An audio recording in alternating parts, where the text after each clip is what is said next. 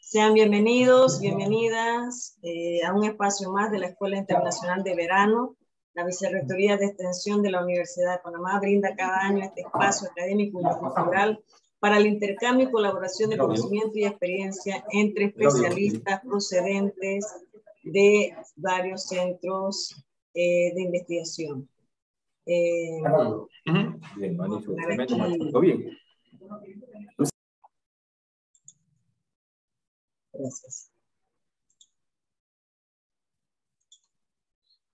Decía, de centros especializados y organismos académicos internacionales y nacionales. Para este año 2022 se cuenta con la invitada la Universidad de Chile y el Instituto de la Mujer de la Universidad de Panamá propone para este magno evento, que coincide con el Día Internacional de la Mujer, 8 de marzo, llevar a cabo una mesa redonda con el tema Educación Superior y los Estudios de Género, con el objetivo de crear un espacio de diálogo y reflexión entre expertas en los estudios de género en la educación superior mediante el debate. Para ello, la mesa está conformada por 3 expositoras, 2 de la Universidad Invitada Chile y una de nuestra primera casa de estudio. Contarán las expositoras con un tiempo de intervención de 20 minutos cada una para luego pasar al momento de preguntas y respuestas que se realizará al concluir las exposiciones. Para inaugurar este evento, dará las palabras de bienvenida a la doctora Araceli de León Bernal, directora del Instituto de la Mujer. Profesora, tiene la palabra. Buenos días en Panamá, buenas tardes en Chile. Un abrazo a la distancia a las colegas chilenas que han accedido a acompañarnos. Y ustedes verán que no es la primera vez que el Instituto de la Mujer y la Universidad de Chile trabajan juntos. Ahora lo veremos. Muchas gracias y empezamos porque el tiempo es corto. Bienvenidas y bienvenidos. Muchas gracias, Araceli, muchas gracias, Daisy. Un placer estar con ustedes. Gracias, profesora Kemi. Vamos entonces a presentar primero para manifestar la urgente necesidad de institucionalizar las políticas y programas universitarios que impulsan la igualdad de oportunidades, dado los compromisos que existen en erradicar la discriminación y la desigualdad, toda vez que es de suma importancia su transversalización en proyectos, modelos de enseñanza, investigación y lo que viene a hacer esta mesa redonda en la labor de extensión. Tenemos como primera expositora a la doctora Elba Kemi Oyarzún, coordinadora académica de la Maestría en Estudios de Género y Cultura de la Universidad de Chile, doctora en Filosofía y magíster en Literatura. Fue la directora de la revista Nomadías, del Centro de Estudios de Género y Cultura de América Latina de la Facultad de Filosofía y Humanidades de la Universidad de Chile, premiada por la Sociedad Chilena de Escritores por liderizar la dirección de esta revista y directora del Departamento de Literatura, presidente de la Asociación de Académicos de la Universidad de Chile y fundadora y coordinadora del Programa de Género y Cultura en América Latina. Docente invitada por universidades del norte de América, Centroamérica y Europa, además de autora de varias investigaciones publicadas. Le damos la bienvenida a la doctora Oyarzún. El auditorio es suyo. Bienvenida, doctora.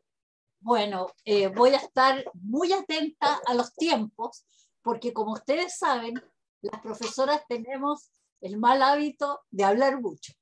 Entonces yo voy a estar muy atenta a los 20 o 15 minutos para poder facilitar el diálogo que es tan importante entre mujeres, ¿verdad?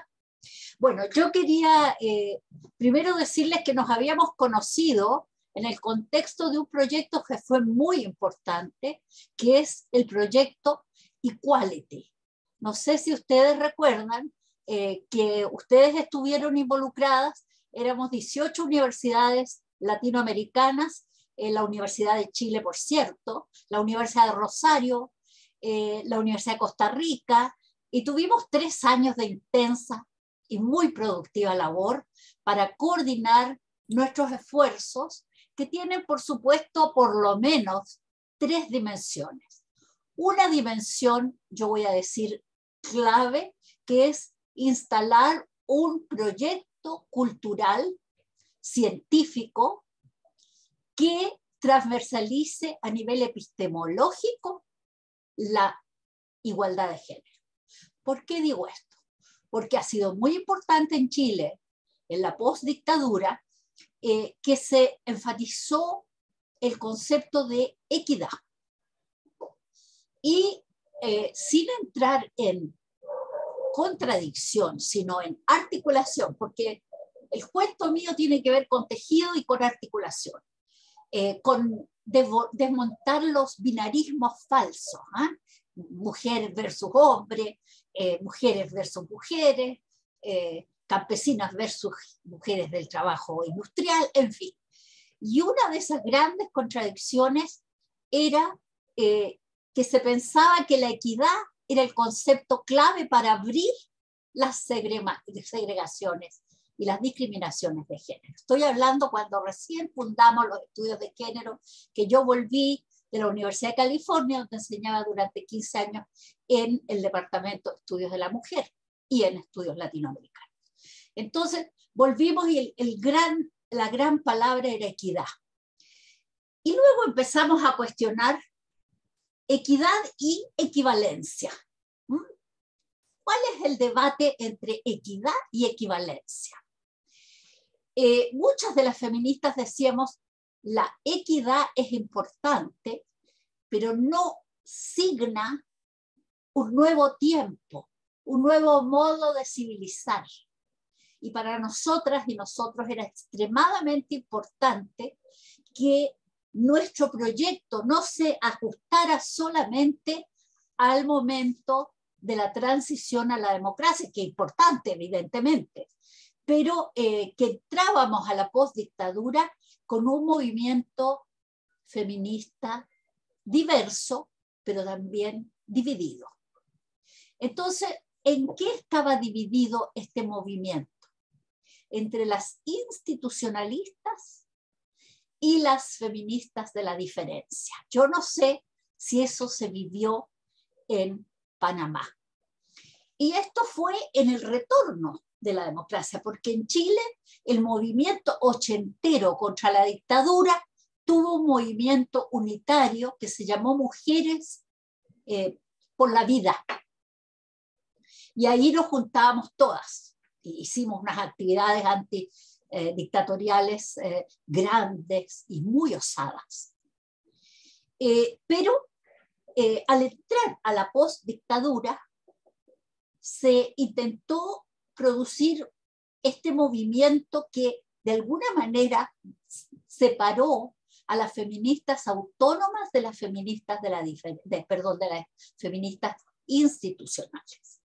Yo no sé si eso ocurrió en Panamá, pero la gran diferencia que se percibía era, bueno, armemos programas de equidad. Pero esa diferencia seguía latente y, por supuesto, yo soy la persona que empecé los estudios de género en la Universidad de Chile porque la decana Invernizzi, al salir de la dictadura, me invitó desde la Universidad de California a dar este primer curso de verano con 300 mujeres en la Universidad de Chile. Eso fue lo primero que se hizo. Entonces empezamos a plantear ahí, porque vimos que había muchas separaciones, muchas diferencias, que es notable conversar, porque algunas estaban solamente pensando insertarse en las instituciones tal como estaban. Y las autónomas decían, la universidad es una institución, nosotros no queremos nada con eso. Y ahí estábamos en una tensión enorme cuando tuvimos un movimiento feminista, un encuentro grande en la ciudad de Cartagena. Entonces, yo creo que lo que hay que acentuar es que al insertar los estudios de género y cultura en la Universidad de Chile, abrimos una posibilidad de articulación entre las autónomas y las institucionales. Nos apoyó la Fundación Ford, la Fundación Rockefeller, en fin, yo venía recién llegando de la Universidad de California y la idea era montar el diplomado en estudios de género, un postítulo en estudios de género y el magíster pensando que debíamos articular la igualdad en la diferencia. Esto ha sido el gran signo que nos ha acompañado durante los 30 años de postdictadura. ¿Por qué es tan importante la igualdad en la diferencia? Bueno, la igualdad en la diferencia es importante porque, como dijo Julieta Kirwan, la igualdad es el piso desde el cual nosotras luchamos por tener los mismos derechos. ¿Sí? La diferencia es el signo del reconocimiento de la especificidad de aquello que nos hace propiamente diferentes. Y no, la diferencia no es solo de sexo o género. Las diferencias tenían que ver con culturas del erotismo, con el derecho al aborto o no, con, en fin, como decía Julieta Kirwan, con la posibilidad de insertarnos en los proyectos de igualdad de la democracia postdictatorial, pero con un proyecto de futuro, con la posibilidad de crear un nuevo modelo de civilización. Obviamente, queridas colegas, es un sueño muy grande, es un sueño enorme. Entonces, pero es lo que nos ha movido, tenemos pasión frente a todos los problemas que hemos tenido, que no son pocos, y ahora les voy a pasar a contar. Pero la idea de articular las autonomías con las instituciones es lo que me ha guiado a mí toda la vida. Es decir, hay que producir saber, ¿no es cierto? Eso es lo que hacemos en nuestra especificidad.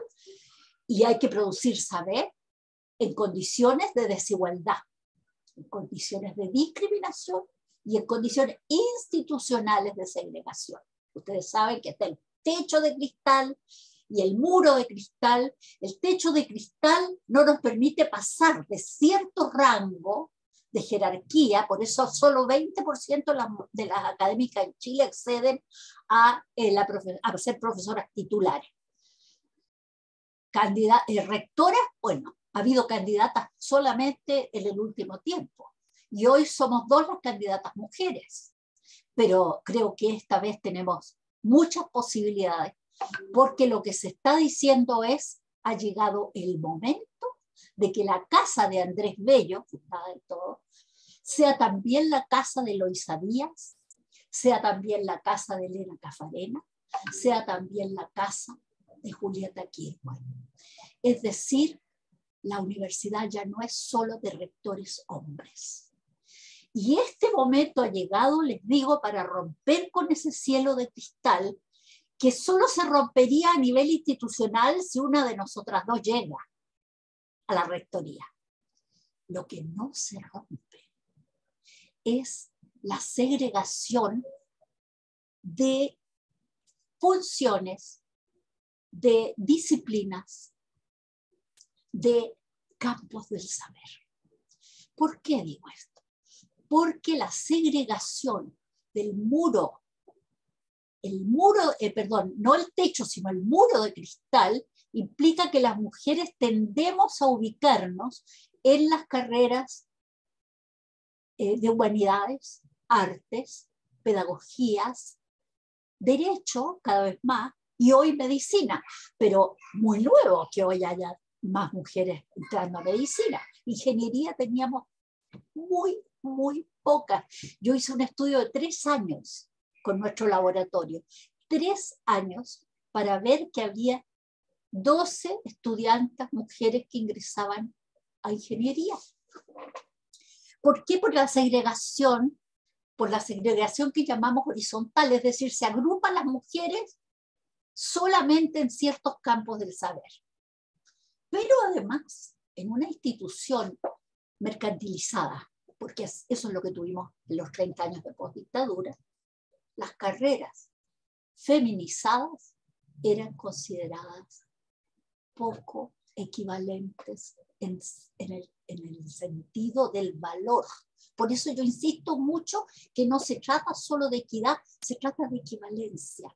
¿No? Tenemos una poeta que decía: aquí valemos todas igual, nadie nació con una estrella en la frente. Y ese es un principio democrático fundamental y yo diría radical, que no es solamente la equidad, vamos a poner aquí una mujer para que se vea, sino que el cambio cultural aquí es una democracia radical. Aquí todas valemos igual. Ahora, si luchamos porque todas valgamos igual, por la equivalencia, nos vamos a encontrar con una institución que está cercada, que es un esqueleto de democracia, porque salíamos de la dictadura con una universidad enteramente dividida y desdemocratizada, desigual. Había rectores delegados por la dictadura y los estatutos nos impedían elegir las autoridades. Entonces el tema de la equidad y la equivalencia era clave. No sé si se entiende, y en ese sentido signábamos no acomodarnos nomás en la institución tal como estaba, con ese concepto de equidad, sino avanzar hacia la equivalencia, al reconocimiento de que todas y todos somos iguales, tenemos el mismo valor y por tanto tenemos los mismos derechos. No era la sociedad de los primeros 30 años de la dictadura. Estaba todo muy arreglado, había demasiada intervención cultural, el terror, el miedo a la diferencia. Por eso era tan importante insistir en la igualdad, la equivalencia y los derechos para instalar una democracia universitaria. ¿Qué quiere decir una democracia universitaria? Bueno, en 1997 iniciamos una gran reforma. Llenamos la Casa Central con 500 académicas y académicos. Elegimos representantes por facultad y nos conjuntamos para iniciar un cambio en los estatutos heredados de la dictadura. Ese cambio demoró 10 años, porque la voluntad institucional no estaba. Demoró 10 años y finalmente se hizo un plebiscito y hoy podemos votar por, por rectoría, pero solo las y los académicos. No obstante, también podemos y hemos instalado un Senado universitario que lamentablemente también es un además patronal, ¿no es cierto? En donde los y las funcionarias son dos, derecho a 2 funcionarias, a 7 estudiantes y 27 académicas y académicos. Esa fue muy importante la decisión porque inició un camino de reforma postdictatorial. En ese sentido es que me está mostrando acá las diferencias de género según jerarquía. No sé por qué, Pamela, si lo puedes sacar. Creo que es bueno tenerlo, pero que prefiero verle la cara a la persona con la que estoy hablando. Gracias. Porque no quiero entrar con cuadros ni nada, es en realidad una narrativa que tiene que ver con cómo instalamos los estudios de género, pero también cómo hemos luchado por una democracia universitaria que no existía en el país. Ahora, yo dije desde el comienzo, y con esto quiero ir concluyendo para que podamos conversar en un espíritu horizontal. Me quedan 5 minutos. ¿Cuánto? 5. Creí que no me quedaba ya. Bueno, en todo caso, hemos hecho este camino y hoy estamos a puertas de instalar el primer doctorado que he coordinado yo y que Pamela McBerry ha trabajado conmigo, y será el primer doctorado de Chile y el primer en estudios de género, y será el primer doctorado interdisciplinario de verdad, porque aquí tendremos las facultades de medicina, de ingeniería, de derecho, de ciencias sociales, de arte, de humanidades. Esa es la universidad que no tenemos. No tenemos todavía una universidad que diga, este es el proyecto comunitario.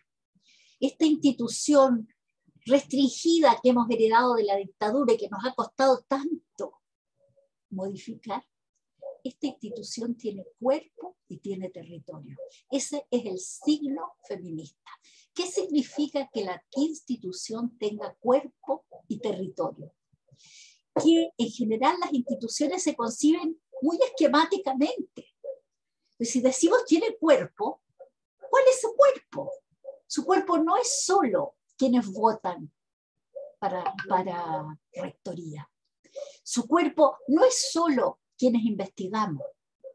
Su cuerpo es toda la comunidad. Y una vez un científico me miró cuando dije esto y me dijo, ¿pero qué tiene que ver quién barre con lo que yo estoy investigando en mi laboratorio? Y en ese momento levantó la mano una funcionaria que barría y dijo, trabaje usted en un laboratorio sucio y va a ver cómo le va a resultar su gran investigación científica. Entonces, este es el punto. El saber, la producción de saber en la que estamos involucradas, tiene una dimensión de producción, tiene una dimensión de trabajo. Y es un trabajo en el que participamos todas y todos quienes estamos en la universidad. Estudiantes, funcionarios, profesionales honorarios, que los hay en demasía, académicas y académicos. Entonces, hay una dimensión epistemológica en este proyecto que sentimos que es muy importante, que es la gobernanza feminista. La gobernanza feminista no dice que solo las mujeres vamos a hacer, como pasó con el patriarcado, solo los varones sabemos o los varones tenemos derecho. La gobernanza feminista es la visión más democrática de la sociedad. ¿Qué tiene que ver la democracia con el saber, dirán ustedes? Sí, tiene todo que ver porque la institución tiene que tener un territorio de conjunto que tenga la misión universitaria y sin segregar ni de género, ni de interculturalidad, pueblos originarios, pero tampoco de saberes, ni techo, ni muros de cristal. Yo creo que en ese sentido la gobernanza feminista anuncia futuro, anuncia igualdad estructural, no solo equidad. Y en ese gran proyecto, en ese gran sueño, estamos involucradas hoy. Porque es el 8 de marzo, porque hemos luchado por un gobierno a partir de una revuelta feminista del 18, que llevó 2 millones de mujeres jóvenes, la gran mayoría, a la calle, exigiendo derechos sociales garantizados por el Estado. Esa es la gran reforma. Un modelo de democracia que no existe. Es un modelo de democracia comunitaria, un modelo de democracia que permita que en nuestros laboratorios, en nuestros espacios de producción de saber, tengamos la autonomía y la libertad académica. Para poder producir necesitamos libertad. Pero al mismo tiempo que hayamos establecido los puentes de todos los territorios internos de la universidad, de todas las facultades, que exista condiciones de creatividad y de autonomía del pensamiento en todas las facultades y las unidades, pero que al mismo tiempo la universidad realice un nuevo pacto con el Estado. Nosotros somos una universidad estatal que recibe solo 5% de su presupuesto del Estado y el resto es clientelismo. Y el resto es proyectos individuales que rivalizan con los proyectos del lado. Tenemos un hospital clínico que no pertenece a la red pública y que está endeudado. La universidad se ha endeudado. Requiere de un Estado que de verdad garantice los derechos sociales como la educación y la salud y que garantice, por sobre todo, la igualdad estructural, el fin de las segregaciones y las discriminaciones y el comienzo, la semillita que nos va a permitir sembrar un nuevo orden civilizatorio a mediano y largo plazo. Es el sueño que tenemos y lo queremos compartir con ustedes. Gracias, profesora Kemi, por su valiosa intervención. Recordamos nuevamente a nuestro público, a nuestra audiencia, que las preguntas las vamos a dejar para el final. Es ineludible dialogar sobre los estudios de género en la educación superior, visualizando los pocos avances y desafíos en las desproporciones que existen en nuestras universidades y que no identifican cómo legitima estas desigualdades en la comunidad universitaria. Tampoco se toma en cuenta que entre los Objetivos de Desarrollo Sostenible, los ODS, el número 5 es lograr la igualdad entre los géneros y empoderar a todas las mujeres y las niñas. Para ello, nuestra siguiente invitada es la doctora Roxana Pey, doctora en Ciencias, es coordinadora de la Cátedra de Género Amanda Labarca en la Universidad de Chile, es presidenta de la Fundación Senda, Centro de Estudios Nacionales de Desarrollo Alternativo, y ha sido directora del Programa de Mejoramiento de la Educación Superior y primera mujer rectora en una universidad estatal en Chile, en la Universidad de Aysén en el 2016. Bienvenida, doctora Pei. Muchas gracias, Daisy Vega, por esta presentación y a la Universidad de Panamá por la invitación. Quiero saludar en primer lugar a querida Araceli de León de Bernal, directora del Instituto de la Mujer de la Universidad de Panamá, en este encuentro en día 8 de marzo, que es en el contexto de un trabajo colaborativo entre la Universidad de Panamá y la Universidad de Chile, que nos tiene realmente muy contentas poder hacer estas conversaciones en este marco y en este día, además, ¿cierto? Universidades hermanas y que tenemos mucho en común y mucho diálogo posible, ¿cierto? Entonces, bueno, pues las saludo a todas, a todos quienes nos acompañan aquí y nos están viendo también por el YouTube. Entiendo que se está transmitiendo por YouTube. Con mucho gusto en esta conversación. Saludo también a Kemi Oyarzún, que nos acaba de relatar su experiencia y su reflexión respecto de lo que nos convoca hoy, ¿cierto? Porque en esta escuela de verano, hoy 8 de marzo, estamos hablando de educación y los estudios de género. Y sin duda que la instalación de los estudios de género en las universidades pues abre un terreno, abre un campo, abre una acción y una reflexión que nos permite llegar al día de hoy, ¿cierto? En Panamá, como en Chile, han habido grandes avances. Yo he estado leyendo, ¿cierto?, informes que hay sobre Panamá, sobre educación, sobre la presencia, el avance que hay de insuficiente, igual que lo consideramos en el caso nuestro de Chile, ¿cierto?, de la presencia de mujeres en el espacio político, la presencia, el aumento, pero escaso que ha habido de mujeres candidatas, ¿cierto?, a cargos públicos de representación.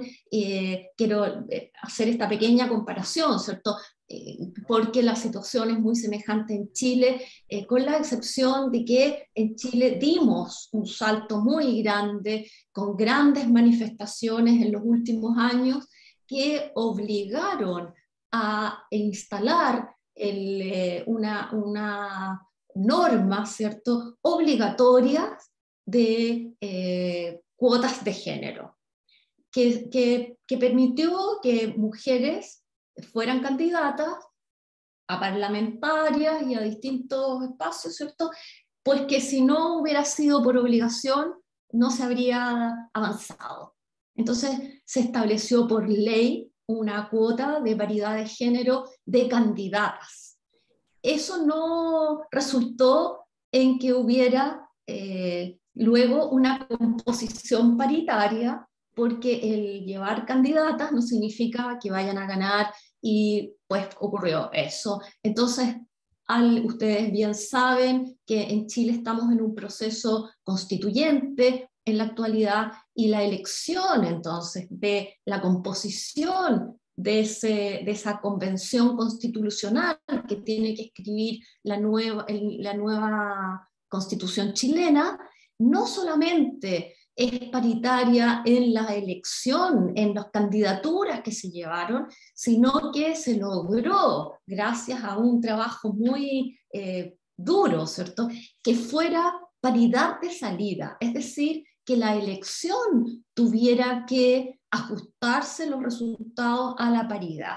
Entonces, lo pongo de entrada este elemento, porque cuesta mucho avanzar en la equidad, en la igualdad, en los derechos, y es a lo que me voy a referir, ¿cierto?, en lo que venga, pero comparando entonces nuestro país con Panamá, para que nuestra conversación vaya tomando cuerpo de también recomendaciones. En Chile funcionó el hecho de instalar la paridad como una obligación al momento de candidaturas, pero luego una obligación al momento de resultados. Y ya sabemos, ¿cierto?, que mientras eso no sea obligatorio, tanto partidos políticos como cualquier agrupación, incluso movimientos sociales o independientes, vuelven atrás. Entonces, en aquellos espacios donde aún hoy aquí, donde ya tenemos esa obligación para la Convención Constituyente, en los espacios donde por omisión o porque todavía no se ha revisado, no existe la norma, rápidamente no hay paridad, no hay paridad. Entonces, bueno, estamos en un momento de avances, pero también de retroceso, de nuestras luchas por la igualdad de los derechos, y donde la educación superior tiene un rol relevante y muy, muy importante. Y ahí quiero entonces ahondar un poco, incursionar en esa materia una vez hecho este punto, ¿cierto? Porque lo que nos interesa aquí es no girar en banda digamos, declaraciones o buenas intenciones. Necesitamos pasar de ideas a realidades. Necesitamos que los feminismos no sean de élite. Necesitamos que los feminismos logren avanzar en una sociedad que sea inclusiva y que estos avances alcancen a todas las mujeres. A las mujeres de la educación superior, al interior de nuestras instituciones, pero a la sociedad en su conjunto, a las mujeres que están en el campo, en trabajos rurales, en espacios rurales, ¿cierto? Mujeres que están en trabajos precarizados también, ¿cierto? Y que tienen ahora en pandemia una carga, un peso adicional en todo el mundo, en Latinoamérica mucho más agudamente, tal vez según los informes que hemos estado leyendo, ¿cierto? Entonces, bueno, hablando del espacio universitario donde se alojan los estudios de género, y yo quiero desde una perspectiva no histórica, no de relato de cómo ha cursado, sino que del presente y tal vez un poco más crítica, ¿cierto? Efectivamente se ha caído a veces en una suerte de trampa en donde los problemas, los estudios de género quedan enclaustrados en unidades, en centros, en departamentos, ¿cierto? Y con eso se queda la institución tranquila de que ahí está cumpliendo con ese espacio, ¿cierto? Y entonces es insuficiente, ¿cierto? Cuando queda enclaustrado en una unidad de género o en un departamento de género que digamos que por supuesto que es una reflexión imprescindible y que inaugura el campo.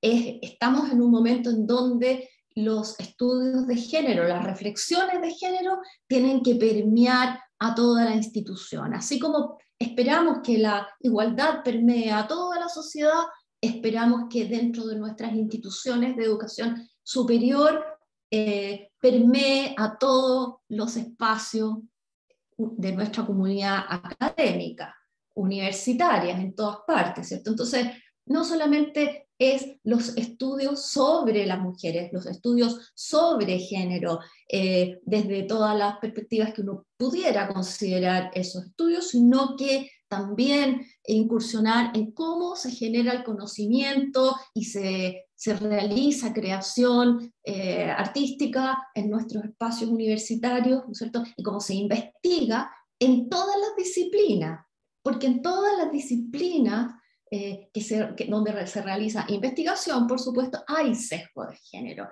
Y eso incide en la calidad, en la pregunta que se hace, en los resultados que se obtienen y cómo se interpretan.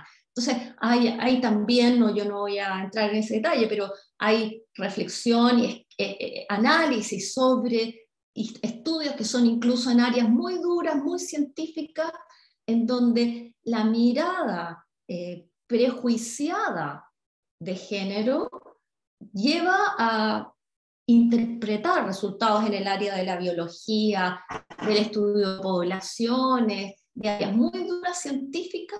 Las conclusiones están sesgadas. No son estudios de género, son estudios de cualquier otra cosa, ¿cierto? Pero se sacan conclusiones porque sabemos, ¿cierto? La ciencia no cursa por un método objetivo, sino que tiene componentes de subjetividad, de prejuicio, qué sé yo, que el investigador, la investigadora impone a la hora de realizar su investigación. Entonces, ese es otro punto que quiero poner. O sea, estudios de género con amplia cobertura, ¿cierto? Sin estar entre cuatro paredes.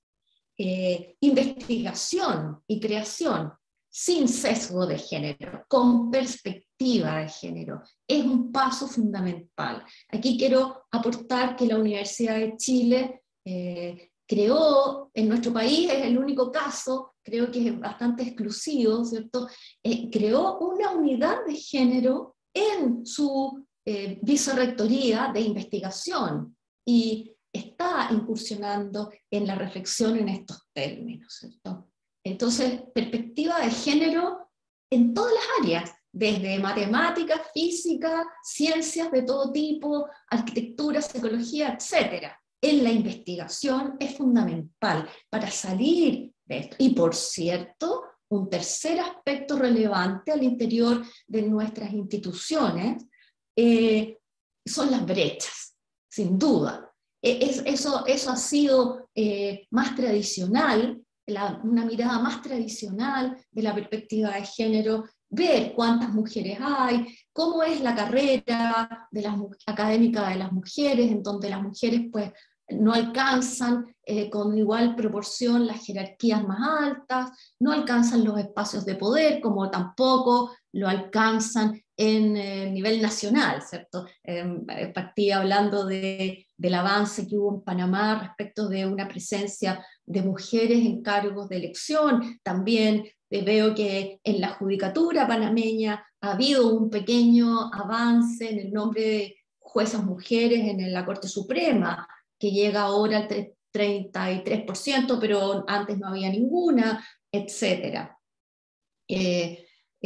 La cobertura de mujeres en la educación superior en Panamá es de 40%, entiendo. En Chile hemos llegado a una igualdad, pero de estudiantes, ¿cierto? Hay un 50% más o menos equivalente de hombres y mujeres estudiando. Sin embargo, las mujeres, yo creo que Kemi tenía ahí un gráfico que mostraba, lo alcancé a ver a la pasada porque apareció y salió, las mujeres no llegan en igual proporción a las altas jerarquías universitarias, ¿cierto? Entonces, sin duda que hay brecha. Como resumiendo este punto, pues estudios sobre las mujeres y sobre el género agudamente, resolver brechas de acceso, que tiene que ver con políticas públicas, no son solamente un asunto institucional, tiene que ver con políticas públicas, con cómo se adjudican los proyectos, cómo,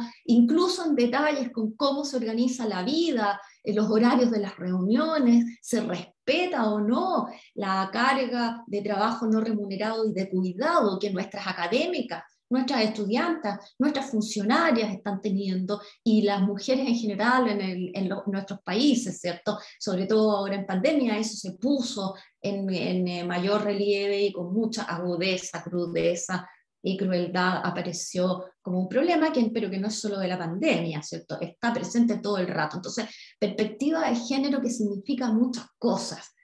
No solamente estudiar los problemas de las mujeres, sino que también resolverlos desde el lado administrativo, desde las reglas que obliguen, pero también de detalles de la vida cotidiana, de lo que hacemos, porque ahí también se está imponiendo barreras a veces muy insalvables y a veces muy,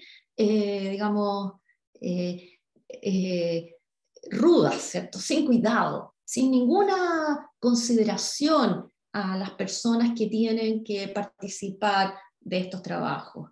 Cómo se adjudican los proyectos de investigación, en qué fecha se pone. Aquí en Chile hay en este momento un reclamo porque se pusieron fechas de cierre de concursos que son siempre insuficientes, escasos recursos, qué sé yo. Se pusieron fechas de cierre de las postulaciones coincidentes con los años escolares de los niños. Entonces las mujeres madres, jóvenes investigadoras madres, tienen una dificultad adicional, tienen que hacerle clase a los niños porque los colegios han estado cerrados, tienen que poner al día a los niños, acompañarlos en las clases a distancia y tienen que finalizar y entregar los proyectos de investigación en fechas totalmente incompatibles donde no hay ningún cuidado con eso. Entonces, bueno, estoy dando esos aspectos aquí porque son parte también de lo que tenemos que mirar a la hora de hablar de la igualdad de género en nuestros espacios de educación superior. En Chile, a nivel nacional, si bien acabo de decir que tenemos igualdad en cuántas mujeres acceden a la educación superior, sigue habiendo obstáculos, tenemos pruebas estandarizadas para acceder, donde la perspectiva de género está recién siendo considerada y han sido históricamente un obstáculo, más allá de cómo ya el sistema educativo en los niveles previos se transforma al no haber realmente educación no sexista, se transforma en un sistema que tiene muchos pues engranajes de obstáculos para las mujeres para que lleguen a la educación superior, aun cuando llegan en igual cantidad, pero sigue habiendo carreras feminizadas, carreras que tienen muy baja presencia de mujeres y hay un esfuerzo por revertir eso, siempre insuficiente.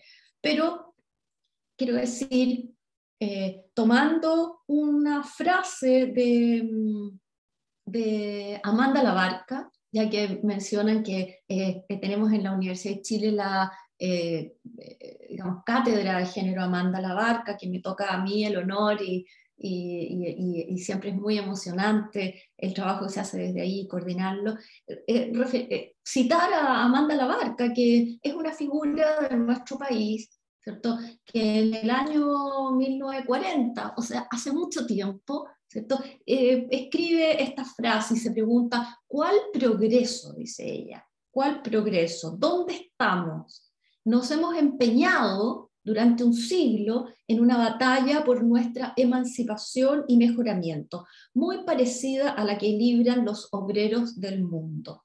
Como ellos, exigimos condiciones económicas mejores, educación más amplia, reconocimiento más completo de nuestra importancia como individuos y como grupo. Esta frase de Amanda Labarca me parece muy significativa porque es válida al día de hoy, es válida al día de hoy.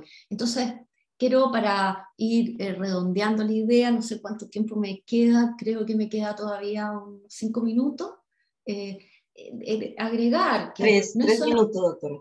Bueno, cierro entonces con esto. No se trata solamente de un asunto universitario o de las universidades, de la educación superior, de los estudios de género. Se trata de, desde ahí, pensar en la sociedad en su conjunto. Y entonces, pues las brechas salariales que mantenemos, en Chile, entre hombres y mujeres, son inaceptables. Tenemos una brecha salarial del 12%. Las mujeres en promedio ganan menos que los hombres. Pero además, las mujeres con educación terciaria ganan un 35% menos que los hombres. Es decir, la brecha salarial es impactante en estos términos porque aumenta a medida que las mujeres tienen mayores titulaciones y les cuesta mucho más que los hombres encontrar trabajo. Y más aún, lo quiero agregar esto, cuando las mujeres se jubilan, las mujeres mayores, ¿cierto? Se jubilan, la brecha salarial, la brecha de pensiones es mayor aún. No está justificada por la brecha salarial y cómo fue su historia laboral, sino que hay una discriminación especial en nuestro país de parte del sistema de pensiones a las mujeres que jubilan por ser mujeres. Está legalizado eso. Entonces quiero decir que en un país una sociedad que permite esto, que permite una discriminación y la ha hecho legal, permite una discriminación salarial y luego una adicional discriminación en el monto de las pensiones por el hecho de ser mujer, es una sociedad que está avalando niveles de violencia, porque eso es muy violento. Entonces nos sorprendemos, ¿no es cierto?, en nuestro país y en Latinoamérica con la violencia física contra las mujeres. Hemos tenido en Argentina hace una semana un caso de violación masiva, grupal, de una manada. En Chile tuvimos un caso semejante en el norte hace muy poco también, y nos horroriza, ¿cierto? Pero cuando una sociedad permite una violencia institucionalizada y laboral de este calibre, como el que les describo, está dando una señal a la sociedad entera, educativa, ¿cierto? Es un referente de que hay ciudadanos de primera y de segunda, que los más débiles son descartables y maltratables, y en ese caso están las mujeres, que las mujeres está bien que hagan trabajos de cuidado, que hagan trabajos no remunerados y no se les remunere, que se les pague menos, que se les pague menos jubilación. Y eso, el mensaje es, estas personas son maltratables, y ahí hay un origen que nos hace mantener, perpetuar la violencia física, que es un problema que a pesar de todos los avances que tenemos, no hemos logrado erradicar. Algunos dicen que es porque es más visible, que hay más denuncias, pero lo cierto es que sigue estando ahí. Con esto termino. En Chile se acaba de aprobar hace muy pocos meses una ley que se llama Ley contra el Acoso Sexual, Violencia y Discriminación de Género en la Educación Superior, que tiene por objeto promover políticas integrales para prevenir, investigar, sancionar y erradicar el acoso sexual, la violencia y la discriminación de género, proteger y reparar a las víctimas. Se acaba de aprobar hace muy poco, lo que indica que era necesaria, lo que indica que tenemos al interior de nuestras instituciones de educación superior situaciones de acoso laboral y de acoso sexual muy graves, ¿cierto? Entonces hemos avanzado. Tenemos unidades y estudios de género al interior. Hemos avanzado en igualar el acceso en cierta medida. Trabajamos hacia eso. Tenemos paridad de género para escribir la Constitución en Chile. Pero tenemos violencia contra las mujeres escandalosa. tenemos entonces también, no por allá lejos, en espacios marginados, adentro de las universidades tenemos situaciones de acoso sexual y laboral muy graves, inaceptables. Yo diría que ninguna persona que tiene algún esbozo de acoso laboral tiene, ¿no es cierto?, autoridad en este momento y está susceptible de ser entonces aplicada esta ley que empieza a operar recientemente y que espero que cambie. Para terminar, ¿no es cierto? Entonces, se le ha terminado el tiempo.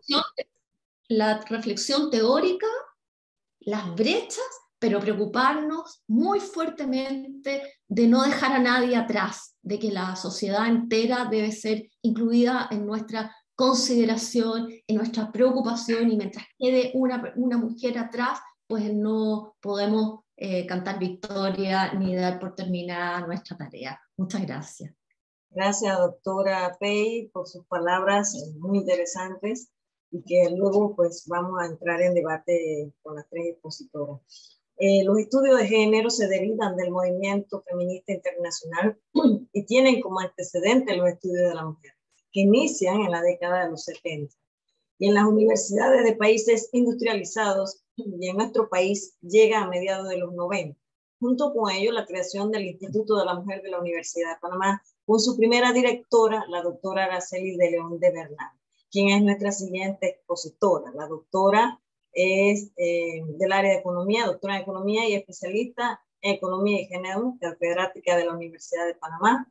Ha desempeñado diversos cargos, entre esos directora de la escuela y del Centro de Investigaciones de la Facultad de Economía, directora del Instituto Centroamericano de Administración y Supervisión de la Educación, y ha realizado consultorías para organismos internacionales como la UNESCO, PNUD, UNIFEM, y es activa conferencista que tiene diversas publicaciones y lucha por el empoderamiento de las mujeres. Fue escogida una de las 100 mujeres del primer centenario de la República y nombrada Mujer Destacada de Panamá por el Parlamento Centroamericano. Doctora, bienvenida, el auditorio es suyo.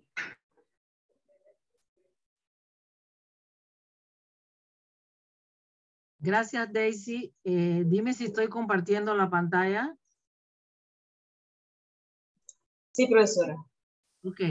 En primer lugar, un agradecimiento inmenso a las colegas chilenas. Por favor, hay personas que tienen los micrófonos abiertos. Ciérrenlos porque causa interferencia. Un agradecimiento inmenso a las colegas chilenas Kemi Oyarzún y Roxana Pei. Creo que es uno de los mejores 8 de marzo de mi vida. Quiero señalarles que se dejó de compartir, Daisy.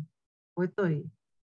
No, ahí está. Ah, ya la quitó. Ahí está nuevamente compartiendo. Ahí está. Pero no sé por qué no puedo avanzarla entonces. Es que Espérate. Es que la tiene en la última página, profesora. Ah, ya veo. Es que se me fue hasta el final, ya entiendo. Es correcto, póngala, eso, ya. Disculpe, les decía que ha sido uno de los mejores 8 de marzo de mi vida. La Universidad de Chile fue invitada para esta Escuela Internacional de Verano porque fue madrina de la creación de la Universidad de Panamá en el año 1935 junto con la Universidad de San Marcos de Lima, Perú.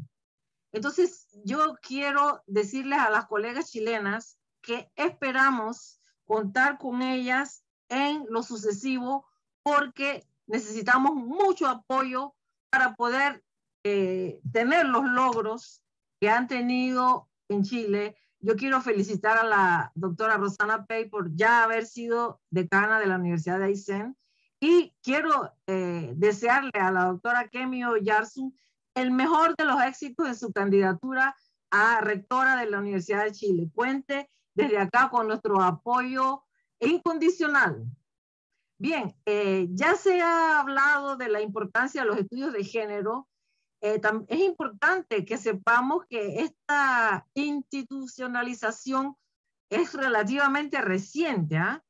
El proceso de los estudios de género en las universidades empieza en la década del 70 y por cierto, en la década del 70 es que se masifica la matrícula universitaria en general en América Latina y en el mundo, muy relacionado a que es en esta década en que las mujeres empiezan a tener control sobre su fertilidad.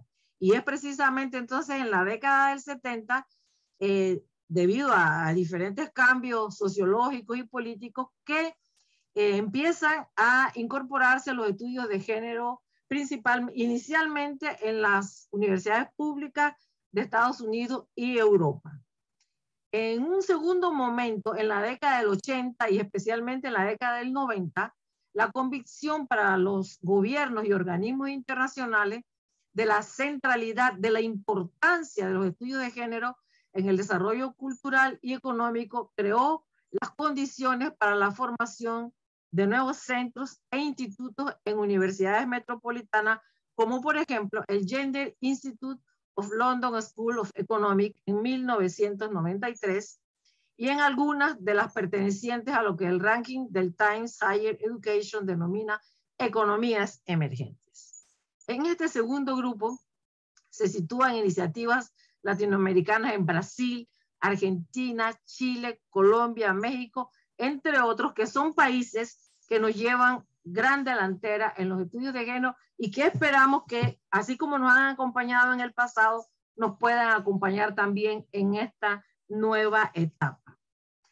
Definitivamente, como han dicho las colegas, la incorporación de la perspectiva de género, entendida como un punto de partida epistemológico y ontológico, hace preguntas, introduce elementos en la producción de conocimiento que no se hacían antes, ¿ya? Es un cambio total de paradigma. Cuando las mujeres entran a la investigación, cuando entran a la docencia, cambia por completo la perspectiva de lo que se consideraba como académico.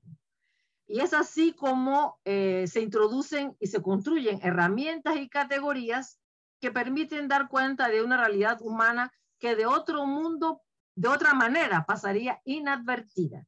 Las mujeres son las que empiezan a hablar, como ha señalado acá muy bien la doctora Kemi, del techo de cristal, de las paredes de cristal que no nos dejan avanzar ni vertical ni horizontalmente y que todavía continúan en muchas de nuestras universidades y de nuestras instituciones. En este sentido, Seila Benjavid, integrante de la Academia Americana de las Artes y las Ciencias, señala una vez más que cuando las mujeres entran a formar parte de las ciencias sociales, ya sea como objeto de investigación o como investigadoras, señalo o recalco que se tambalean los paradigmas establecidos y se cuestiona la definición del ámbito de objeto del paradigma de investigación, sus unidades de medida, sus métodos, la supuesta neutralidad de su terminología teórica o las pretensiones de universalidad de sus modelos y metáforas, como ya han señalado las colegas.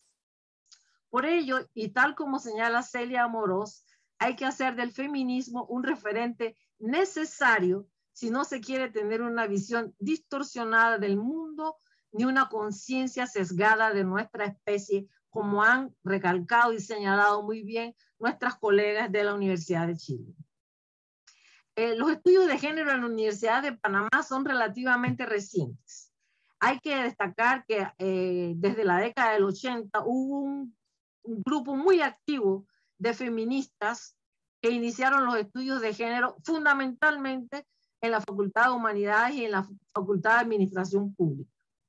En esa década hubo diversos cursos en la universidad, seminarios, programas de radio, programas de televisión que trataron el tema de la inequidad que enfrentaban las mujeres en Panamá.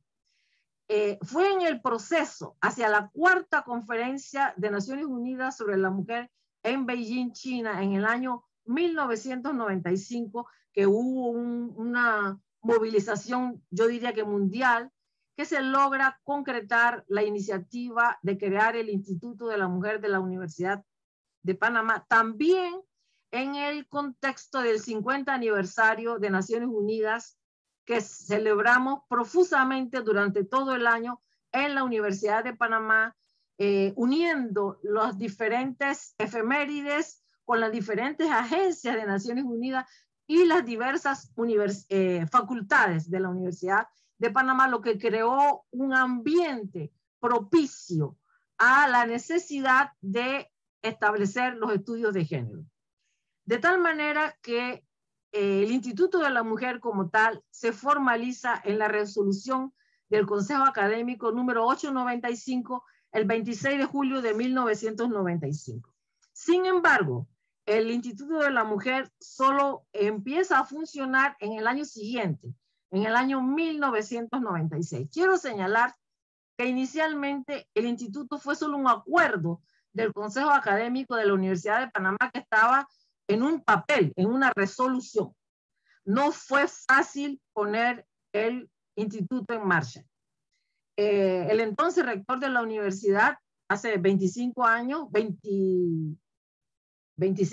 me nombró como la primera directora del Instituto de la Mujer, pero ya les digo, existía en un papel. Afortunadamente hubo personas, así como ahora las doctoras Kemi y Roxana, que nos están dando un impulso increíble. Yo tengo que destacar en ese momento el apoyo invaluable de la doctora Nadia Vázquez, que desde UNICEF Panamá dotó al Instituto de la Mujer de lo básico para montar una oficina. Luego que teníamos los enseres, la universidad nos adjudicó un salón de clases en ese entonces en el anexo de la Facultad de Educación, en lo que hoy se llama el Trencito, al lado del organismo electoral. Nos otorgó un salón de clases para funcionar, que pudimos inaugurar el 8 de marzo de 1996 con distinguidas personalidades y representantes del movimiento feminista, algunas que están aquí, creo, hoy convocadas en esta conferencia.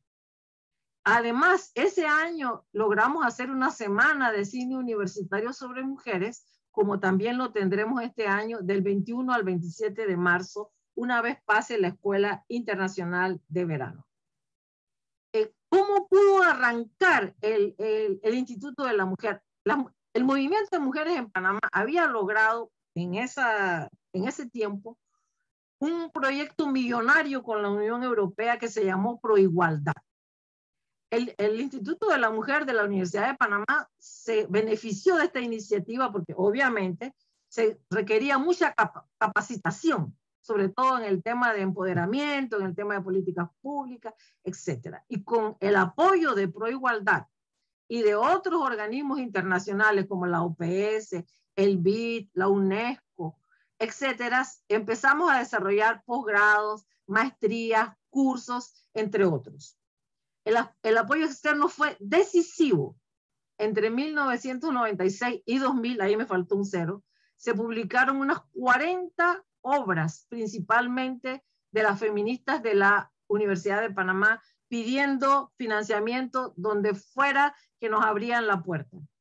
Incluso en octubre de 1999 hicimos un encuentro regional de estudios de género en la Universidad de Panamá, que quiero también señalar, fue con el apoyo del programa que dirigía entonces en la Universidad de Chile la profesora Sonia Montesinos, que nos hizo los contactos con otros programas de estudios de género en México, en Bolivia, etcétera, de tal manera que con el apoyo, y quiero manifestarle mi reconocimiento a la profesora Sonia Montesinos, ella nos ayudó a hacer el primer encuentro regional de estudios de género en la Universidad de Panamá, que además sirvió de antesala o de acto inaugural de la primera maestría en género y desarrollo que hicimos en la Universidad de Panamá y que empezó en ese 1999.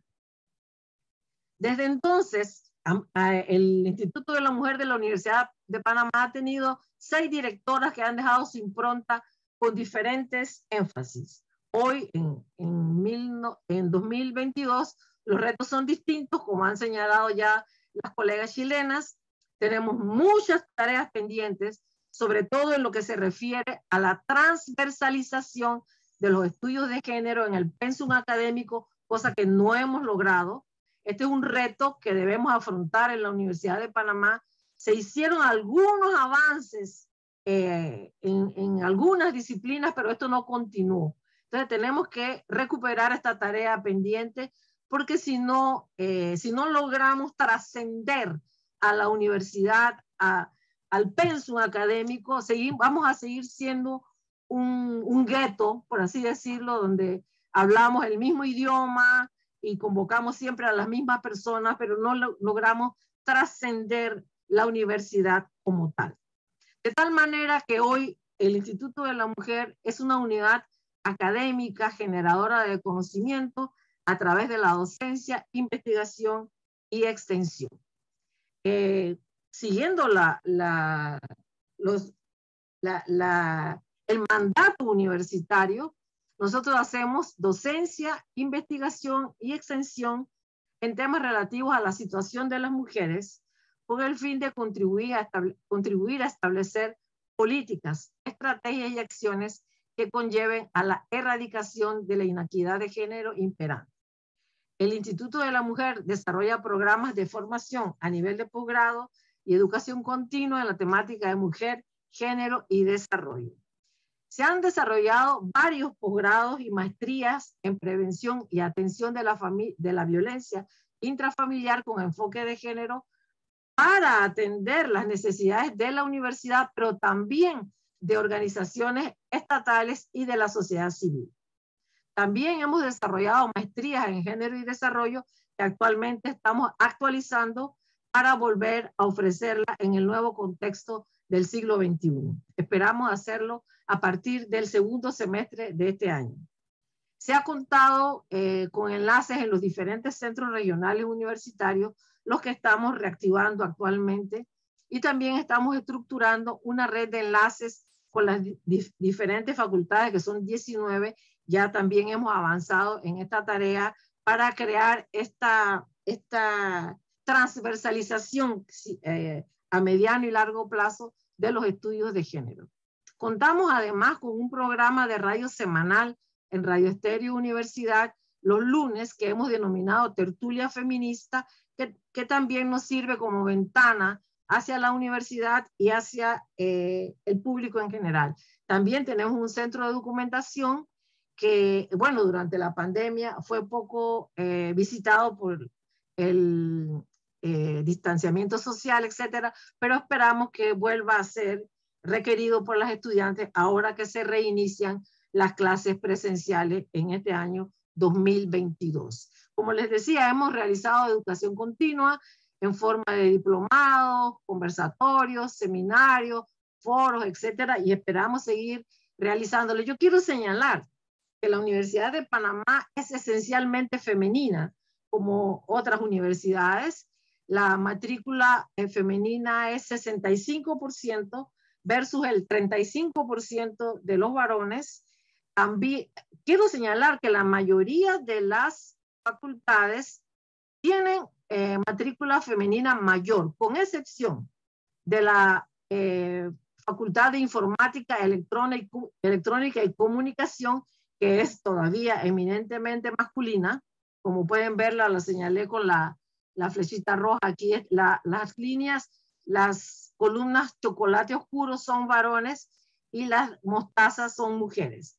Luego le sigue la Facultad de Bellas Artes, que también tiene una matrícula masculina superior, y la de Ciencias Agropecuarias, que tiene levemente una matrícula masculina superior. Sin embargo, las demás carreras están feminizadas, ya como podemos ver en esta gráfica. Sin embargo, todavía, como en las otras universidades, no tenemos la misma representación en los órganos de gobierno. En los centros regionales de la Universidad de Panamá, que están en las provincias, también la matrícula de las mujeres es superior, con excepción del Centro Regional de Darién, que se encuentra al este de la ciudad capital. Los egresados de la Universidad de Panamá también son esencialmente mujeres. El 71% de los egresados son mujeres. Quiero señalar, sin embargo, que no, este egreso y este alto nivel educativo de las mujeres panameñas no se refleja en el mercado laboral. En el mercado laboral todavía la participación masculina es mucho mayor que la femenina, y a pesar de que los varones son más en el mercado laboral, el desempleo femenino siempre es mayor, con una brecha de hasta un 20%, sobre todo en las llamadas edades reproductivas, porque el imaginario social le adjudica a la mujer lo que hemos denominado la economía del cuidado y la atención de la familia.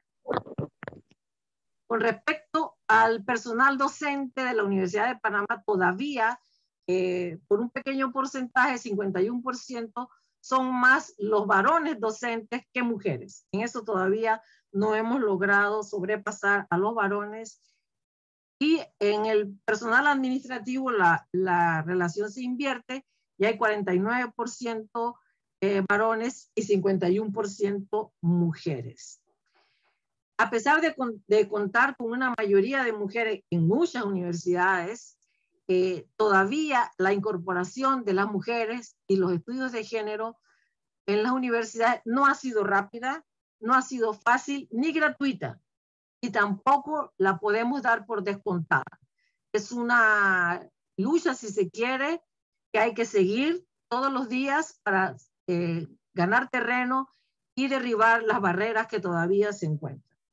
Hace falta mucho trabajo para darle continuidad a un esfuerzo que comenzó hace décadas mediante el trabajo de académicas feministas que abrieron un territorio y propiciaron la fundación de un programa dedicado a ese nuevo reto, además de producir y transmitir conocimiento desde sus lugares como profesoras e investigadoras. En algún momento en Panamá también tuvimos lo que Kemi relató de las diferencias entre las académicas y la sociedad civil, etcétera, y tenemos que avanzar cada vez más a la igualdad entre las mujeres, porque la lucha es una sola, ¿ya? Nos quedan entonces desafíos. Doctora, 5 minutos. Gracias, ya voy terminando. Las universidades deben asumir el compromiso de institucionalizar y transversalizar los estudios de género como un campo de conocimiento fundamental que incide en todos los aspectos de la vida universitaria, al producir una interlocución entre disciplinas, al proponer metodologías y formas de trabajo que movilizan otros saberes, al multiplicar las preguntas y hacer visibles problemas que suelen pasar inadvertidos en los recintos académicos. La presencia masiva de las mujeres en las instituciones de educación superior realiza el ideal de aprovechar el talento humano en su totalidad y no solo en una fracción de este. Tenemos entonces que cumplir con las expectativas que ha desarrollado, por así decirlo, la feminización de las universidades. Aún queda mucho por hacer en nuestras universidades. Muchas gracias por la oportunidad. Gracias a la doctora Araceli de León de Bernal por sus palabras. Ahora damos paso a las preguntas que tenga el público en este momento. Hay 2 preguntas. La primera es para la doctora Pei. ¿Cómo reducir la brecha que margina cada vez más y más a la niña y mujer de barrio, que ya de por sí es vulnerable?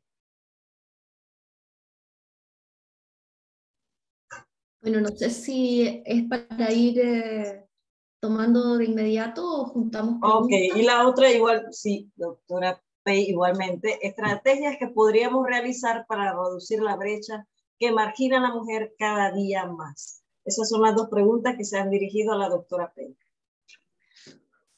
Bueno, muchas gracias por las preguntas. No veo los nombres aquí. ¿Quién las formula? pero muchas gracias por... Una es Asprilla y la otra es Danis. Sí. Y muchas gracias por esta conversación y la presentación de la doctora Araceli y también de la doctora Kemi por sus reflexiones que nos permiten entrar ahora en este diálogo. Sin duda aquí que lo que proponen, lo que preguntan, la inquietud, tiene que ver con aspectos muy, digamos, muy crueles, muy agudos de marginalidad y de pérdida de oportunidades para las mujeres desde que son niñas, ¿cierto? Sin duda que mujeres que están en barrios más marginales, con menor acceso socioeconómico, en zonas rurales, van teniendo, lo mencionamos en nuestras presentaciones, van teniendo, ¿cierto?, una serie de obstáculos, y esto requiere políticas públicas nacionales, requiere un trabajo de múltiples niveles, y es ahí donde desde las universidades sin duda que se puede aportar con propuestas de políticas públicas, tanto en la educación como en los aspectos de territorio, ¿cierto? De territorio, de urbanismo. Cuando la doctora Araceli habla de transversalizar los estudios de género y transversalizar en las mallas curriculares, en los pensum de todas las carreras, ¿cierto? Estos problemas, pues ahí, aunque es un asunto digamos, lento, porque estamos apelando a las nuevas generaciones, pero también estamos introduciendo ahí una posibilidad de que nuestros egresados y egresadas desde todas las profesiones tengan una mirada con perspectiva de género, que puedan trabajar la vivienda, ¿cierto? Viviendas sociales, los trabajos en los distintos ministerios de los gobiernos, la mirada desde la arquitectura, desde el urbanismo, el trabajo social, pero sin duda la educación y la formación en las escuelas de niños y niñas con una educación no sexista. Quiero decir, una educación no sexista pasa por decisiones de políticas públicas nacionales, pero también pasa por formas de manejo de las situaciones, es decir, antes incluso de lograr esos avances sólidos y muy profundos, ¿cierto? En el actuar se puede ir avanzando también. Un profesor o profesora que tiene una actitud con perspectiva de género en la educación no necesita aplicarla con órdenes de un Ministerio de Educación Central, puede empezar a no segregar, a no estigmatizar desde el primer día de su ejercicio profesional. Entonces, hay múltiples niveles en cómo podemos incidir desde las universidades con propuestas, con nuestras luchas internas universitarias por abrir, por transversalizar, por transformar las universidades en espacios libres de discriminación. Estamos dando un ejemplo. Si no lo hacemos, también damos un ejemplo en sentido contrario, ¿cierto? Pero las demandas por educación no sexista y también por educación sexual integrada, que son deudas muy sentidas, profundas y que tienen mucho impacto, son luchas que desde estudios de género y desde toda nuestra actividad universitaria podemos apoyar e incentivar, ¿cierto? Todas estas líneas en su conjunto y propuestas que puedan ser útiles, nuestros estudios que evidencien y denuncien junto con propuestas de acciones inmediatas, ¿cierto? De esa manera yo creo que podemos hacer una contribución. Bien, para la doctora Kemi Oyarzún, de acuerdo a su experiencia, el reglamento o el estatuto de la Universidad de Chile contempla la transversalización del enfoque de género en la currícula universitaria o solamente es en los programas de posgrado que está establecido como tal, el programa de posgrado? A mí me gustaría responder esa pregunta. Muchas gracias, Daisy. Bueno, también agradecer la excelente presentación de Araceli, que también a mí me conmueve para el 8 de marzo, ¿no? Que nos hayamos juntado, porque esta es una junta sur-sur, que no se produce mucho, ¿no es cierto? Porque además tenemos un mundo bastante neocolonial en muchos sentidos. Bueno, la transversalización es el peor problema. ¿Por qué razón? Porque todo lo que se plantea como sueños, como políticas públicas, no está sustentado, no tiene financiamiento. Nosotros tenemos aquí con Pamela, para un ejemplo, estamos listas para el doctorado, me da un poco de vergüenza decirlo, pero gran parte del trabajo es voluntario. ¿Se entiende? O sea, yo podría decir lo que nos da la universidad para generar el doctorado, que va a ser el primero interdisciplinar, con medicina, con ingeniería. Me da vergüenza decirlo. ¿Ya? Entonces, no basta con políticas públicas, tienen que ser sustentadas, tienen que ser sustentables. ¿Cómo las hacemos sustentables? Nosotros hemos trabajado con los servicios de vivienda, en el fondo, el Centro de Género tiene un enorme trabajo hacia la sociedad civil, hacia los barrios. Hemos trabajado con barrios pobres, hemos dado talleres gratuitos, estamos luchando para que se reintegre con un programa financiado la mujer cuando termina su crianza. ¿Saben cuántas mujeres nosotros hemos soñado con un programa de retorno de las mujeres? Porque las mujeres tienen enormes lagunas de trabajo en el sentido de la crianza y el cuidado. Bueno, entonces yo creo que aquí la transversalidad tiene que ser sustentada. Segundo, la transversalidad tiene que ocurrir desde los ministerios y hasta el nivel más municipalizado de las regiones. Estamos hablando de un país que tiene múltiples regiones, pero que su capital está en la capital. Entonces, nada se filtra. O sea, eso que decíamos que Chile es uno de los países más desiguales del mundo, se expresa totalmente en las regiones del país, ¿no? En los barrios de la ciudad. Entonces, políticas públicas, todos han dicho por retórica, vamos a hacer esto, la igualdad, pero en el Ministerio de la Mujer no había interseccionalidad. ¿Qué quiere decir eso? No era intersectorial la política. Es decir, hacían una política y las demás ministerios incluso rivalizaban con el Ministerio de la Mujer. Estoy hablando de condiciones que este nuevo gobierno evidentemente va a cambiar, porque tiene proyectos transversales, como el Sistema Nacional de Cuidados, que el trabajo sea de 40 horas, que las pensiones no sean segregadas como están. Las mujeres tienen enormes lagunas, que las mujeres puedan ser remuneradas por su trabajo gratuito, invisible y maltratado, donde la violencia de género se centra es en las relaciones de novios, las relaciones al interior de la familia. Nos queda, decía Roxana, una importante ley de violencia, acoso y apoyo, ¿no es cierto? Perdón, y abuso en el trabajo. Sin embargo, esa ley, hay una ley que se llama Ley Integral de Género, que la dejó el último mes la presidenta Bachelet presentada, y todavía duerme en el Senado. 8 años. ¿Por qué?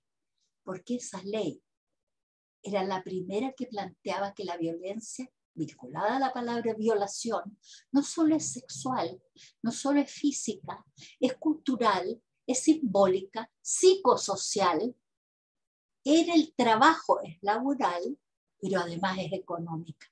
Las mujeres todavía tenemos una desigualdad enorme de salarios y remuneraciones. Entonces, lo que estamos pidiendo ahora es proyectos y programas sustentables. que se ponga el dinero, que se ponga la voluntad de poder detrás de las intenciones de las políticas. Y eso requiere una sola cosa, que nos convirtamos en actoras, que dejemos de ser objeto de políticas, que nos convirtamos en sujetos de políticas. Y esa es la era del reconocimiento, que es esencial para modificar nuestros entornos, porque tenemos que actuar, tenemos que ser actoras sociales en la universidad y fuera de la universidad. En ese sentido, entonces, saludar a todas aquellas actoras que creen en el trabajo de las mujeres para ir exigiendo la sustentabilidad que las sociedades nos dan. Listo, gracias, doctora.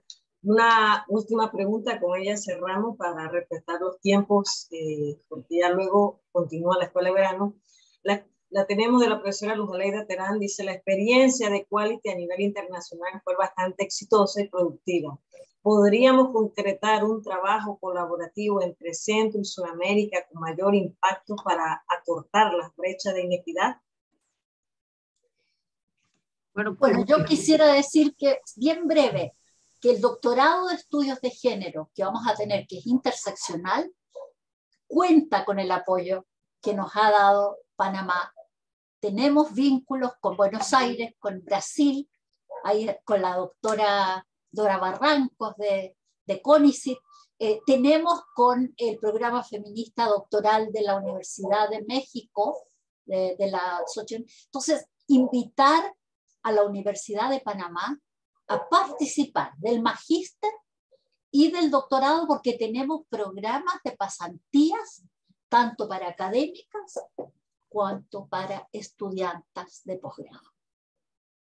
Muchas gracias, doctora Kemi, por su oferta. Tenga la seguridad que no la vamos a dejar tranquila con esta oferta que usted ha hecho.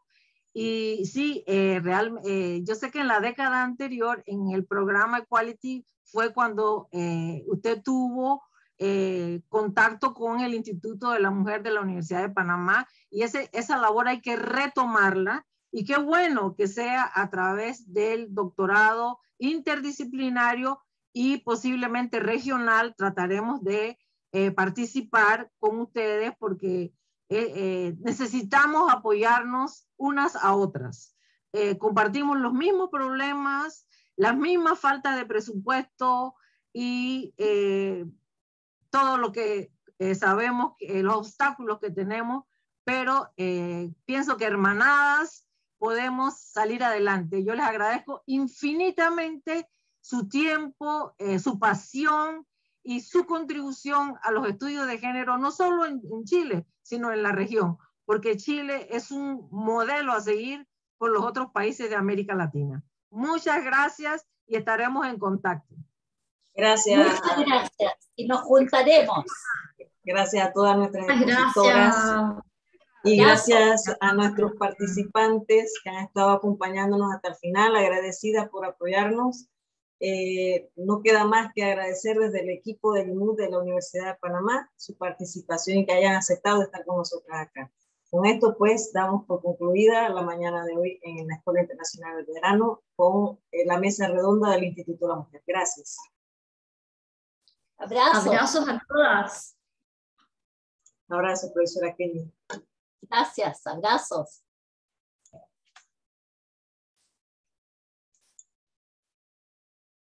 Araceli.